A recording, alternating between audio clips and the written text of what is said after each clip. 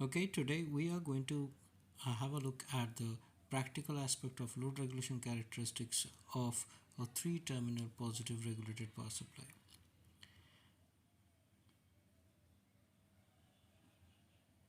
We will study the load regulation characteristics of a three-terminal positive regulated power supply using a simple circuit. First of all, we'll try to see what are the apparatus or semiconductors required for it.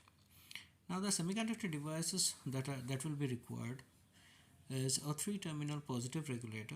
As you can see from the figure, on the top of the IC there is a number written which starts with 78, and this is the series of a positive regulator, which is usually denoted by 78, and the two numbers followed by it, that is here it is represented by XX.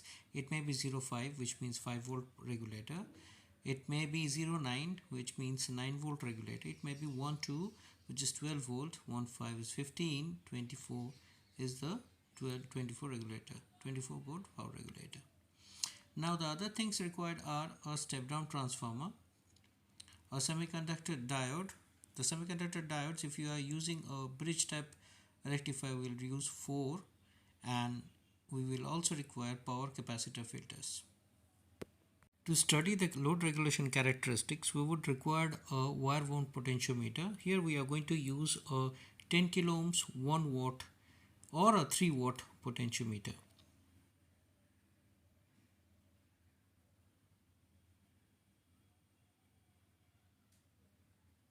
The next thing that we will require is two digital multimeters. One will be used as voltmeter, the another one will be used as ammeter. Then we will require a wishboard on which we will be able to design the circuit or three-terminal regulator circuit. Sometimes we also call this as a breadboard. Now to make the unregulated power supply, first of all we need to have a transformer. The transformer will, in our case, will be a step down transformer, and then we will have a rectifier circuit which can comprise of a 4 diode rectifier, or it can also be a 2 diode rectifier using a simple PN junction diode.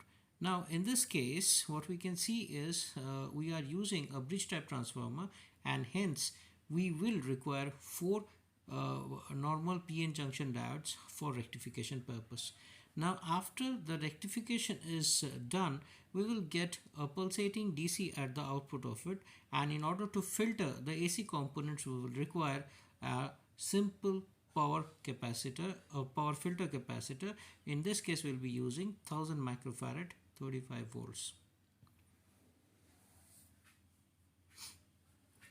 Now to make the three-terminal regulated power supply, you can see we have the unregulated part. We will then have the regulated part, which is usually constructed using a three-terminal regulator. Say in this example we are saying it's 7805. That means we'll be considering a plus 5 volt DC regulator, and then it's the input section of the regulator is connected to the output of the unregulated power supply, and the ground terminal is connected to the ground terminal or the common terminal of the regulated power supply, and the output of the regulated power supply, that is the output of the 7805, is directly connected to the input of the ammeter, and the ammeter's output is connected to the variable potentiometer, which will be used to study the load regulation characteristics. The load current will be measured by the ammeter, and the load voltage, which is measured using a voltmeter, will be directly connected across the variable load resistance, that is across the 100 ohms and the variable potentiometer. So when we vary the potentiometer, the current through the device will change, and we will record the load voltage as well as the load current. So before we can study the characteristics, we need to find out the no load voltage, and when the maximum current has been reached after changing the potentiometer, the voltage corresponding to it will act as a full load voltage.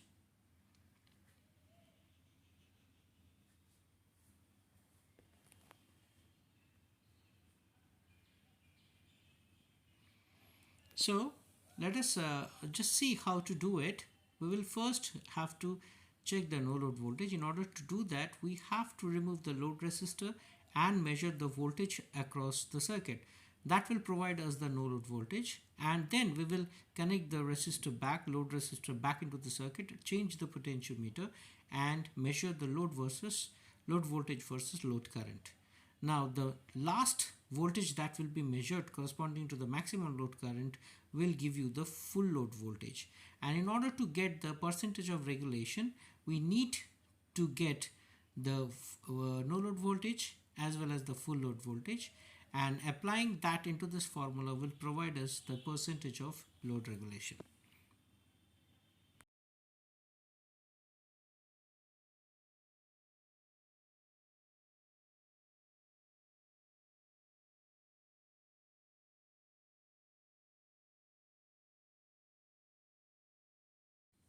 Now let us take a practical example and see how it is done.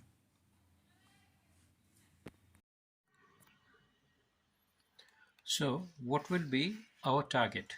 Now our target will be to take the transformer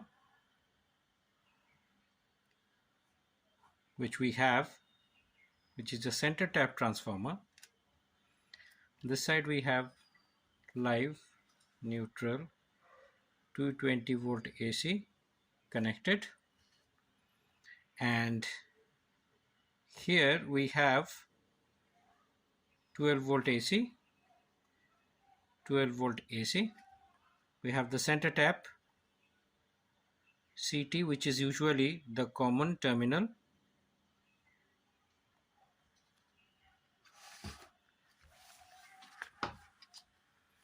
Now we will go for full wave rectification using a simple diode 1N4007. Then again we will have the other one 1N4007. Now connect both the inside together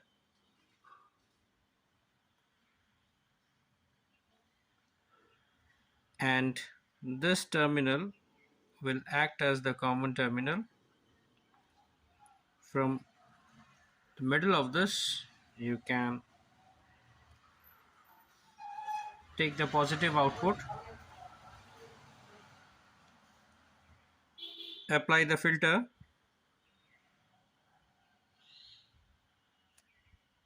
in our case we'll be using two capacitors. One is 470 microfarad 50 volt, the another is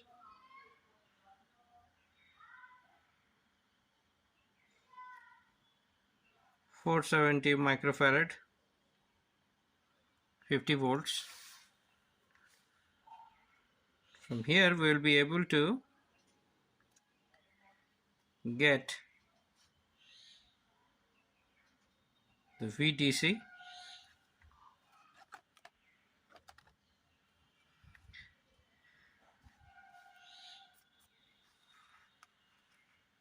Okay, now since we are using a 12 volt transformer, the output that we will get here will be the peak voltage. Since we have used capacitors, we will expect the peak voltage to appear here, and the voltages that are given right here are the RMS voltage. So if we consider this as the RMS voltage, which is 12 volt, then the peak voltage, let me denote that using V naught, then it should be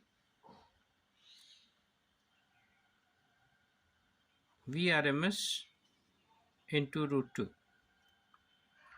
So V naught will be 12 into root 2.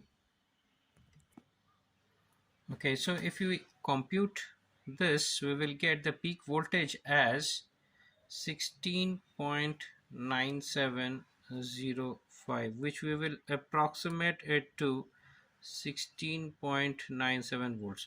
So this is the theoretical voltage that we are expecting. Now when we apply this into the physical circuit, we'll have to first check this using our digital multimeter, and what is the actual voltage. Now depending on that, we will get the peak voltage at the output here, which is either we call it VDC or V0, whatever it is. Okay, so this part what we have just now drawn is the unregulated part. Why do we call this unregulated? Because in this section the main thing is the transformer. Now the transformer is the step down transformer. It is a step down transformer. Now in case of step down transformer, the input voltage is stepped down to a voltage of our need. In this case the transformer is the secondary side is 012. So in our case this particular transformer is actually uh, the input voltage. When it changes, the output voltage also changes. So when the output voltage changes with respect to the input voltage, the VDC or V naught is again dependent on that. So what you can see is it is completely unregulated. So whenever there is any fluctuation at the input, the output will change. If it increases, if the input increases, the secondary side will also increase. If the input decreases, the secondary side will also decrease. And depending on the load at the output, it will not be able to regulate the voltage properly. So what is the main target? Our main target is to somehow fix the output voltage to a certain particular voltage using three terminal regulators.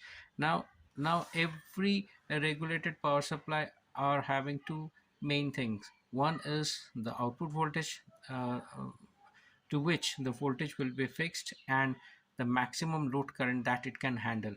So beyond the capacity of that, the regulators can fail.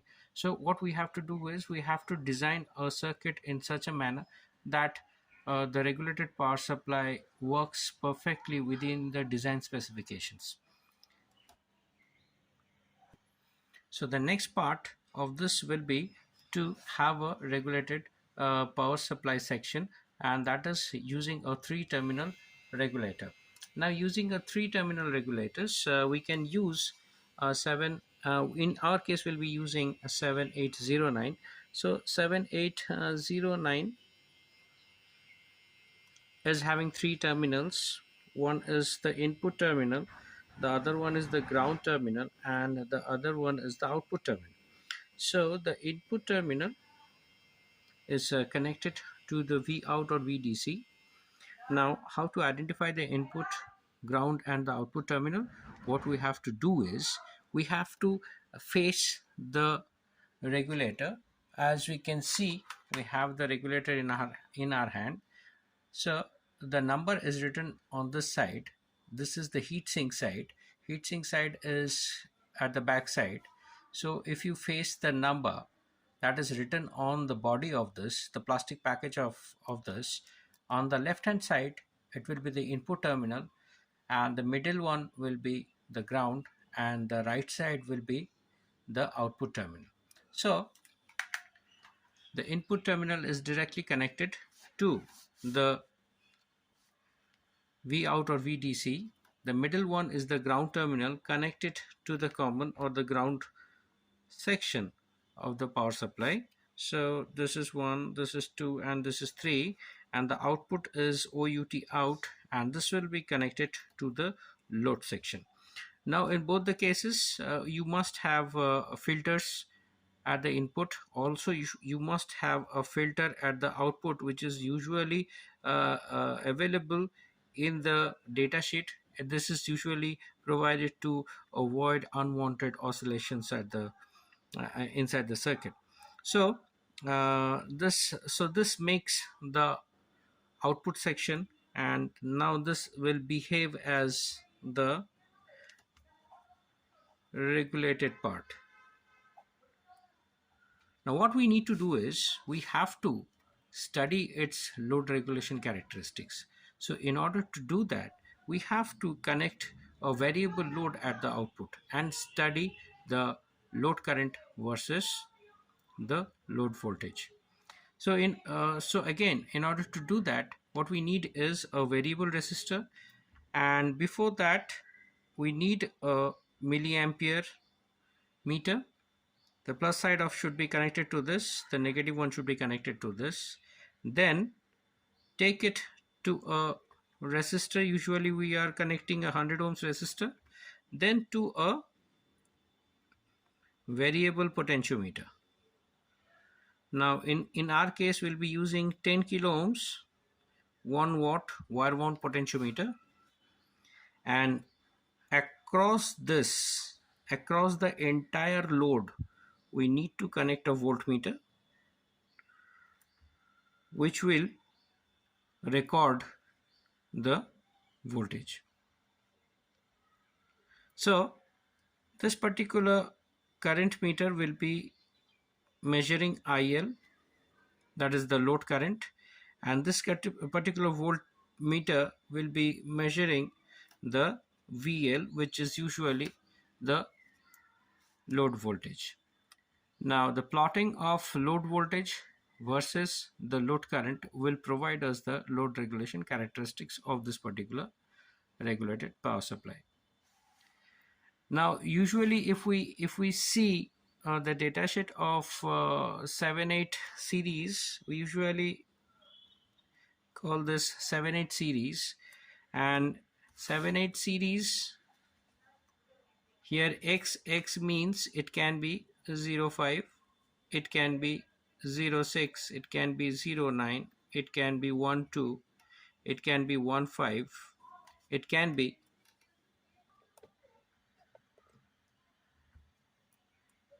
be 24. So this is a positive 5 volt regulator if the series starts with 7805. It is a plus 6 if the series starts with 7806. Similarly 7809, this is a 9 volt one, 12 volt is 7812, 15 is 7815, 24 is 7824. So these are the regulators which are available. Now if we consider the datasheet, or if we study the datasheet of this 3-terminal regulators, you will be able to see the maximum input voltage is around 30 volts, and maximum current that this device can handle is around 1 ampere. It is always, before you design any power supply, it is always recommended that you study the datasheet of this particular regulators. Now when we use this regulator, it is guaranteed that we'll get a output voltage 9 volts, provided you have the input voltage greater than the dropout voltage of this particular device. Usually if we need output voltage to be fixed at 9, we expect around 3 more volts at the input, that is 9 plus 3 12. We must have a voltage around 12 in order to provide a proper regulation at the output. In our case, it is the transformer that we have used will be providing a voltage which is around 16.97 volts. So here we will expect a voltage around 16.97, which is much greater than what is needed to avoid the dropout voltage. Now this particular circuit, when we have constructed this particular circuit, we must ensure that while studying the regulation characteristics, we must ensure that the output current never crosses the maximum specified current. And there are a few more things that you need to understand here is, since we are trying to understand or study the characteristics of this particular device, it is always preferred to check the devices that are being used to study its characteristics. Here we are using a wire wound resistance that is 10 kilo ohms, 1 watt.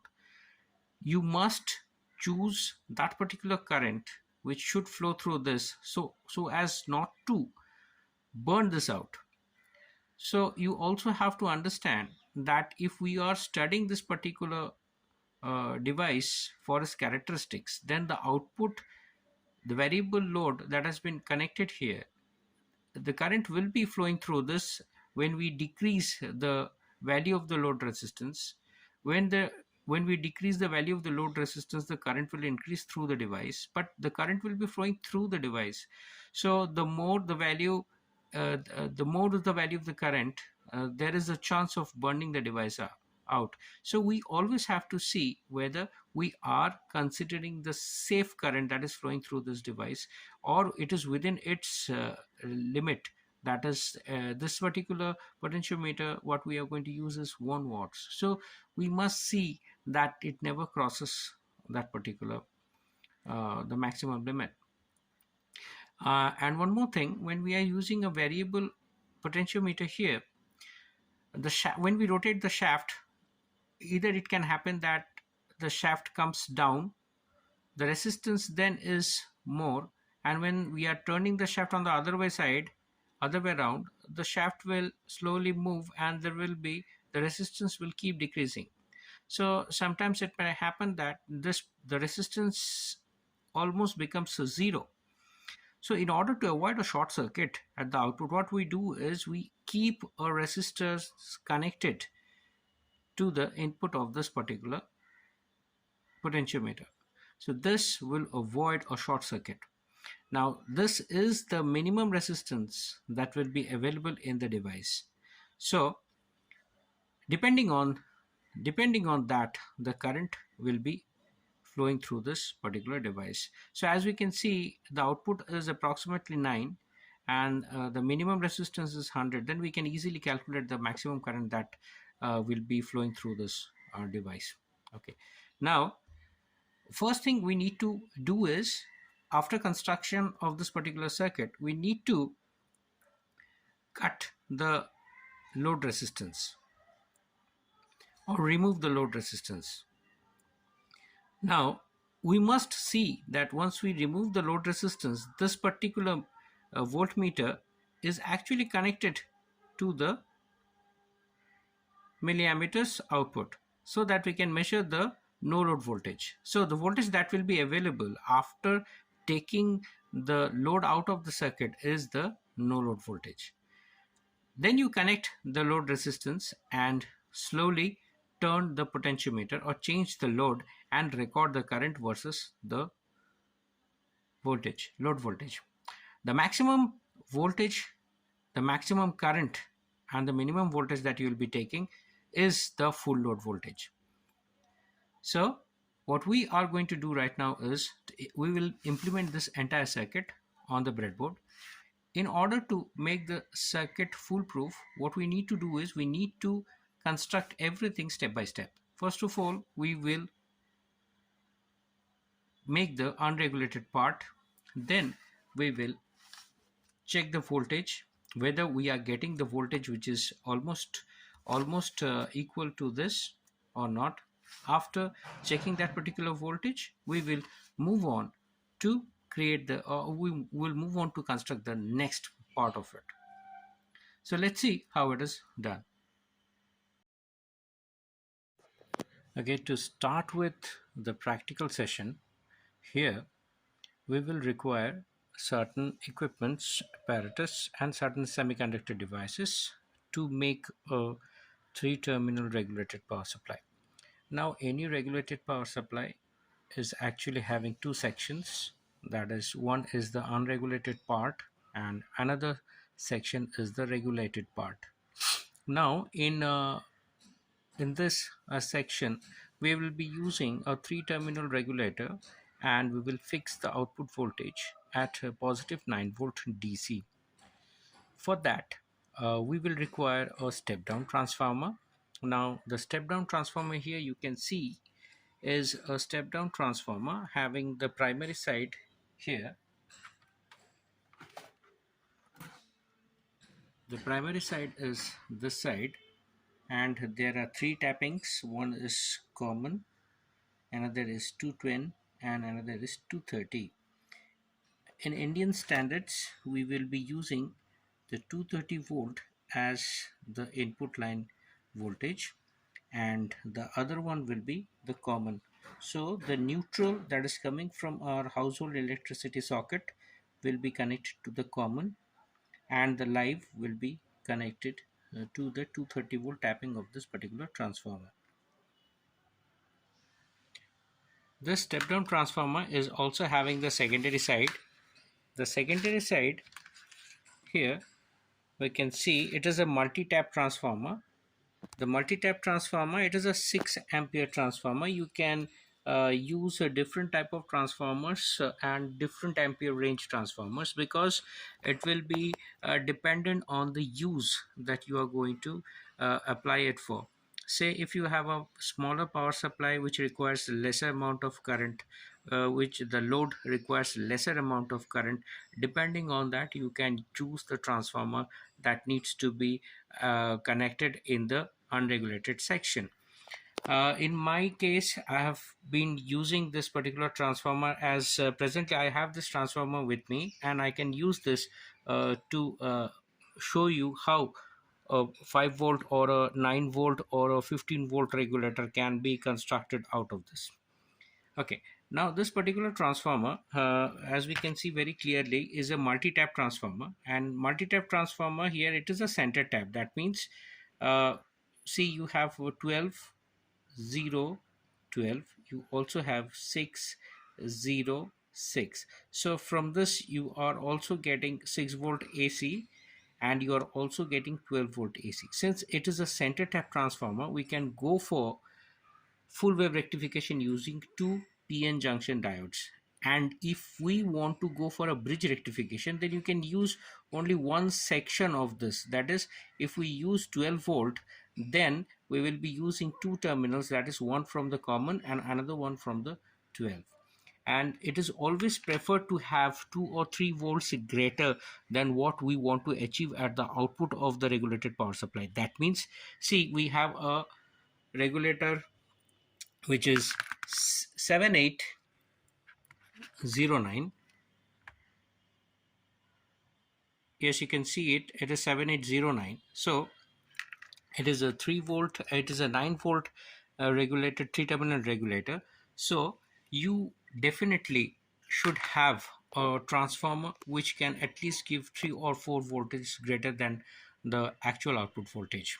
Okay, so that will take care of the dropout voltage. Now, what else do we require to construct the unregulated power supply section? So we have already discussed the step down transformer, and the next thing that we require is a rectifier diodes. Now we can use 4 rectifier diodes. All are 1N4007. These are general purpose power diodes, and this particular power diodes are basically used to rectify the AC signal that is coming out of the transformer.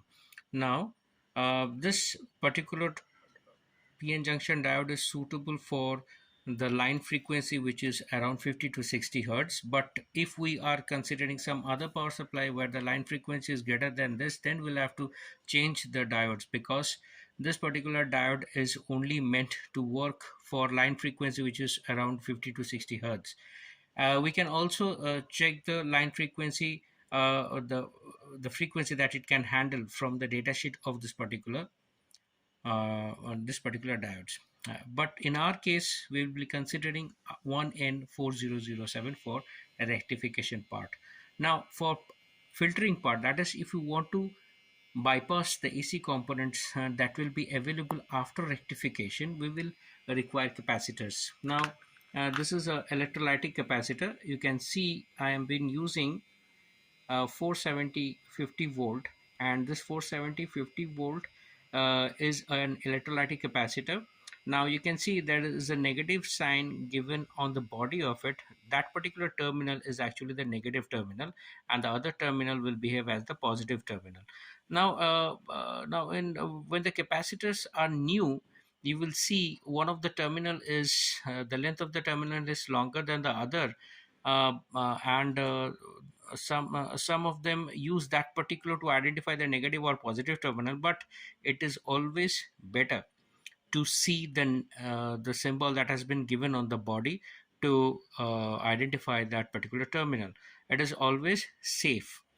Now, this is 470 50 volt, 470 microfarad 50 volt. We can use another capacitor in a parallel so as to increase the value of the capacitance. See, I have used another capacitor which is again of the same value, 450, 470 50 volts. Now, we can also use 1000 microfarad, which gives a clean, smooth DC at the output of the unregulated power supply. Now, this is what are the components which will be used to construct the unregulated power supply.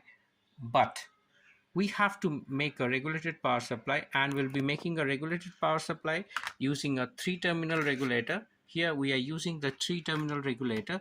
It is a 7805, 7809, 7805 can also be used to construct a 5-volt regulator, but in my case I'm just using 7809, so output voltage will be plus 9 volt DC.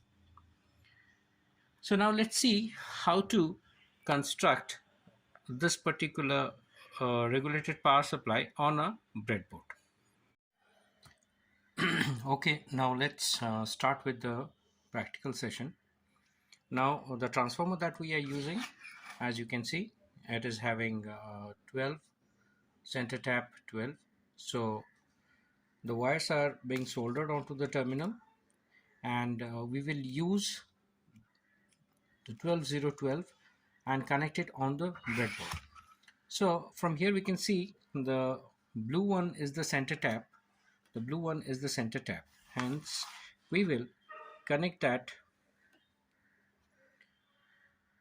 to the bottom section of the breadboard. We are connecting it here in this section. So this horizontal line will behave as the common line.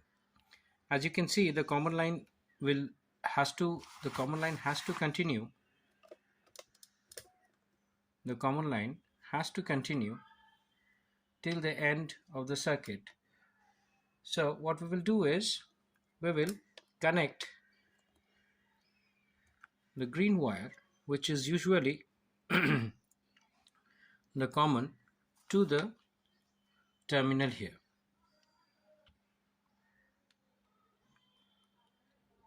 Now we can take the other 2 wires and connect it to one section of the breadboard and the other section of the breadboard as well.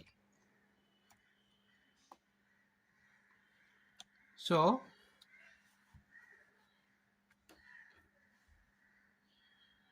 this is one of the terminals, that is 12 volt, and this is another terminal from the transformer which is again 12 volt, and this is the return wire or the common terminal. Now what we are going to do is we have to make this circuit, that is the full wave rectification. So in order to do the full wave rectification, what we will do is we will take 2 diodes.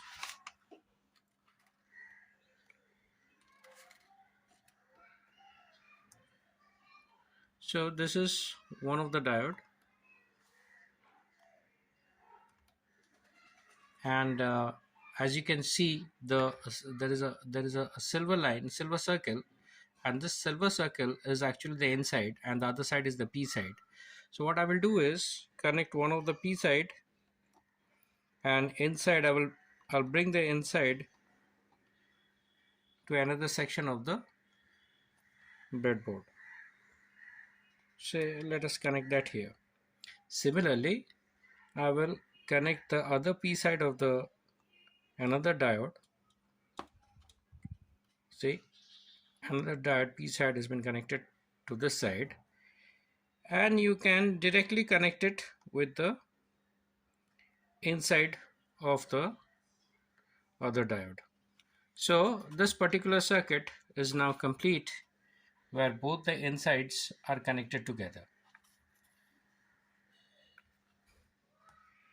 Now this is the common line. So between this and the common line, we'll have to connect the capacitor. So I will take the capacitor.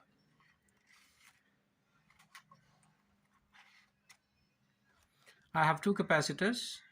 I'm using 470 microfarad, 50 volts. So the negative terminal is this.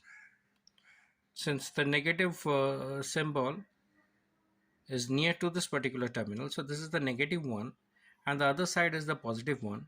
One thing you need to remember about the electrolytic capacitors is these are very sensitive, and if we somehow reverse the polarity of this capacitors, the capacitors have the tendency to explode.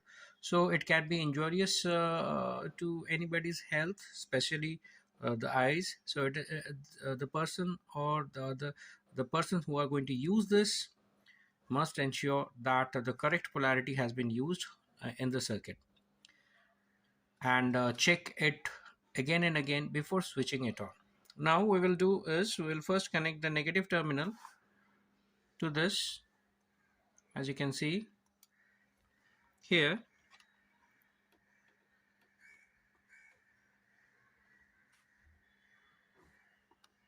and the other one to the positive side.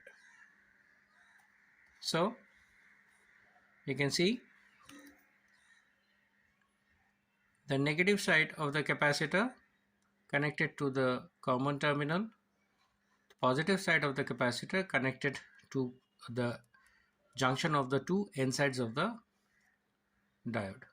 Now the unregulated power supply is presently the has been constructed, and the output voltage will be available in this particular pin. So now let us try to switch on the section and see the voltage that we will expect, that we were expecting at the output, which is around 16.97, as we have discussed it earlier, that the RMS voltage, if it is 12, the voltage that we will expect is around 16.97. So let us see whether we get that or not. So now, as you can see, I have connected the voltmeters hot terminal to the across the capacitor, from where we are expecting the output voltage, unregulated output voltage. We can see it is around 16.74. What we expected was 16.97, but this is the that was the theoretical calculation of it, and what we are getting is the practical side of it. So from here it is almost very near to the theoretical voltage, and the output voltage presently that we have is 16.76 volts. So we will use this as the input to the three terminal regulator. Now once we have constructed the unregulated power supply, it is always better to check the output voltage for the correct circuit. Now since we have got the voltage, and the voltage is proper, and now we will construct the regulator side. If we closely monitor the circuit again, the capacitor has been connected at the output of the full wave rectifier, and the output is presently connected to this section of the breadboard. Now this line of the breadboard will now have the output voltage. This is the common terminal, and if we use the regulator,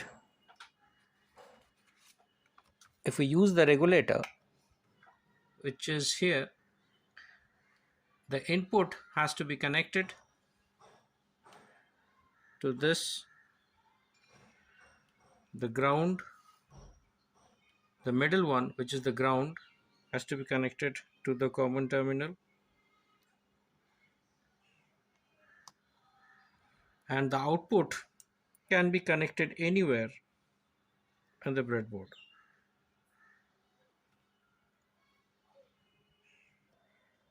Now at the output, what we will do is we'll connect one non-electrolytic capacitor. The value of it is given as 1.1 microfarad, and it is written as 104. As you can see, it's written on the capacitor 104. That means 0 followed by 4 zeros.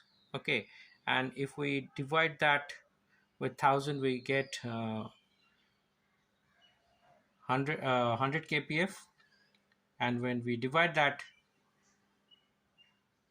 with 1000 again, we get zero point 0.1 microfarad. So the 0.1 microfarad which is used here, the output of the regulator will be connected with the zero point 0.1 microfarad capacitor, and the other end of the capacitor needs to be grounded.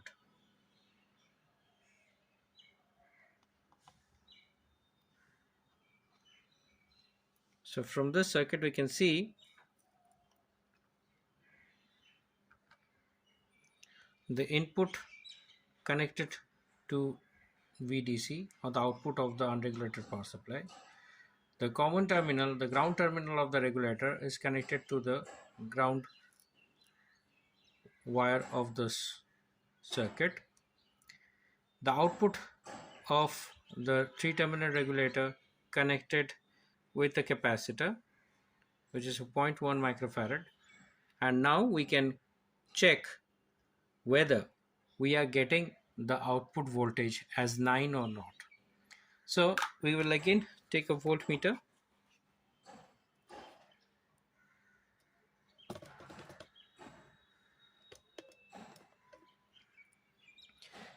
connect the common line of the voltmeter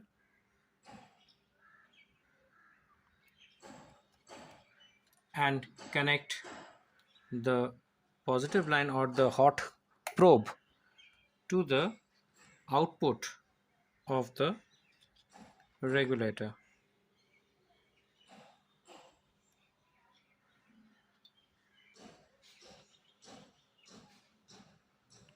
So as we can see from the voltmeter reading, the output is around 8.93, which is approximately equal to 9 volts. So what we can see right now is the output will be stable, uh, uh, and it will be fixed for certain amount of load current. Now the current that this particular device can handle is around 1 ampere. So even if you try to pass around 1 ampere through the load, the output voltage should remain approximately nearly equal to 9 volts. But there are many factors will play a very important role when we increase the load current.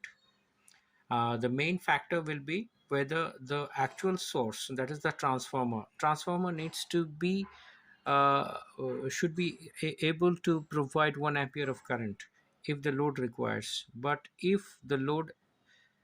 is if the load current is not 1 ampere, or it is less than that, then the transformer again has to deliver that particular current. So if in our case the transformer is having a amperage of 6 amps, so it will be safe to draw 6 amps of current from the transformer, and the load will be able to draw around 6 amps. But the regulator which we are using here is capable of delivering 1 ampere of current. So whenever we design such a circuit or regulator circuit, we have to check whether what is the requirement at the output. If the requirement at the output is greater than what we are using at the input, that is the transformer, then that particular device will fail. First of all, there are three things that we have to remember. One, we have to choose the transformer properly. If the load current is, say, around 1 ampere, definitely the transformer should be capable of delivering a current more than 1 ampere. Now suppose you are using a regulated output voltage at 9 volts, then the dropout voltage is around 3 volts. So the input voltage should be greater than 12 volt DC. So these are the few things that we have to remember before we design any regulated power supply. Now, as we have now seen that the output voltage is around 9, that is 8.93. Now we will take up the next part where we will be able to understand or study its load regulation characteristics. For that, we would require a potentiometer, we will require an ammeter, and we will require a 100 ohms resistor. Let's see how do we do it. Okay, we will use two digital multimeters. One of the digital multimeter will act as voltmeter. The other one will act as milliampere meter. So we will turn the dial towards 200 milliampere, as we can see in this. Now we have to connect the positive terminal of this to the regulator output, and the other terminal of the ammeter, we can take that safely to any other place on the breadboard. So the negative terminal of the ammeter is connected to another side of the breadboard. We will now connect a 100 ohms resistor. This is a 100 ohms resistor, that is brown, black, brown, which is, and the value turns out to be 100 ohms. We'll connect that. So one end of the resistor is connected to the negative side of the ammeter, and the other end has to be connected to the potentiometer. Now we have the potentiometer with us, which is a 3 terminal. Now again, this is a 3 terminal potentiometer. These two sides are fixed. This is the variable one. So what we can do is we will connect one side of it to the ground.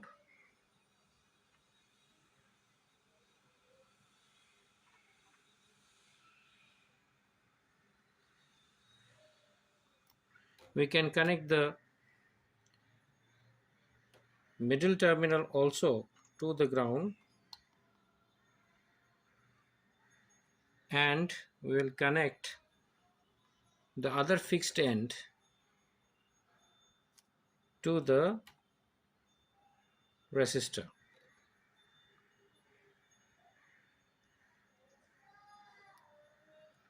Now we have to connect the voltmeter, the positive terminal, voltmeter's positive terminal, completely across the load resistance. So now we can see a current is presently flowing through the circuit. This is because we have the potentiometer connected and we have the resistance also connected. So it is making a closed circuit and the current is flowing through it. So minimum resistance now is, the maximum resistance is around 100 ohms plus 10 kilo ohms, the value of the potentiometer, and hence the current is limited to 0.8 milliampere. Now, as we have to first calculate the no load voltage, so in order to calculate the no load voltage, what you have to do is just remove the resistance. Now once we remove the resistance 100 ohms, the voltage that we are presently seeing is the no load voltage, that is 8.93. Now what we'll do is we'll record that and place the resistance back again. Now what we'll do is we'll now slowly rotate the potentiometer and record the current versus voltage. So as I rotate the potentiometer, you can see the current is increasing, but there is no change, almost no change across the regulator. So now the current has increased to 3284. Now it has increased to around 88 milliampere. But what we can see is the current has dropped the voltage has dropped from 8.9 to 8.6 only. So when the current is flowing in the maximum as per the circuit, the voltage that is seen is dropped only till 8.6. So there is a change of zero point 0.3 volts only at the output. So we can see that this particular voltage regulator is trying to keep the voltage constant irrespective of the current that is being drawn through it. So again, if we reduce the current that is flowing through the device, we can see it as the output voltage is stable at 8.91. And when we are increasing the current again by rotating the potentiometer, we can see the current is increasing and the load voltage is slowly decreasing, but it is only 8.6. So now using this particular voltage, which is right now is 8.59 or 8.6, this is our full load voltage for this particular circuit, and the current, this is the maximum current that is flowing through the circuit. So if we plot the VL versus IL, we will be able to get the load regulation characteristics for this particular circuit. I hope this particular lecture was easy to understand how to construct an unregulated power supply and then use a three terminal regulator to regulate the output of the unregulated power supply. So thank you, and thank you for watching this video.